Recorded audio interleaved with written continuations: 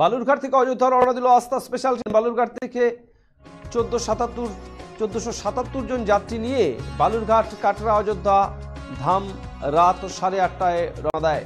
যাত্রীদের শুভেচ্ছা জানাতে বালুরঘাট স্টেশনে উপস্থিত ছিলেন বালুরঘাটের সাংসদ সুকান্ত মজুমদার। এছাড়াও এদিন বালুরঘাট স্টেশনে উপস্থিত ছিলেন কাটিয়া ডিভিশনের ডিআরএম সুরেন্দ্র কুমার। আইআরসিটিসি তত্ত্বাবধানে যাত্রী প্রতি 1600 টাকায় যাতায়াত, ট্রেন ভাড়া, খাবারের ব্যবস্থা রয়েছে। রাম মন্দির দর্শন উপলক্ষে যাওয়ার জন্য এদিন দর্শনারীদের মধ্যে উৎসাহ ছিল চোখে পড়ার মতো।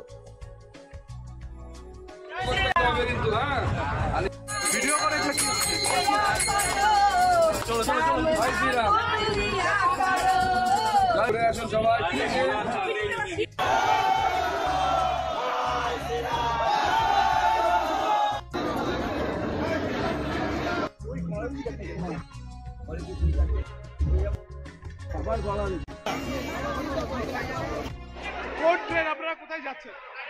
আমরা অযোধ্যা যাচ্ছি। কত মানুষ যাচ্ছেন আপনারা এখান থেকে? আমরা এখান থেকে 1326 জন। কেমন লাগছে দীর্ঘদিন পর রাম মন্দির যাচ্ছেন আপনারা? তার আগে এর আগে তো কখনো যাননি। স্বপ্নপূর্ণ হচ্ছে। কি ব্যবস্থা হয়েছে, কারা ব্যবস্থা করেছে? ওখানে আমাদের সংসদ সুকান্ত মজুমদার আছে।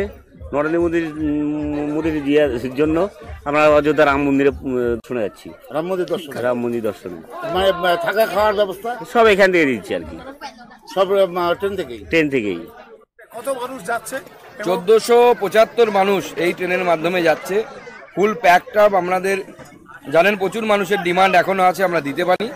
আমরা মাননীয় রেলমন্ত্রীর কাছে অনুরোধ জানিয়েছি আরও একটি ট্রেন যেন দেওয়ার ব্যবস্থা হয়। পাবো কি না আমরা এখনো জানি না, কারণ ট্রেনের খুব ডিমান্ড গোটা দেশ জুড়ে। আমরা সবাইকে নিয়ে যেতে না পারার জন্য আমরা দুঃখিত, আমরা ক্ষমা প্রার্থী। মানুষ অধীর আগ্রহে অপেক্ষা করছিল, মানুষ আজকে যেতে পারছে, সবাই খুব খুশি। ভগবান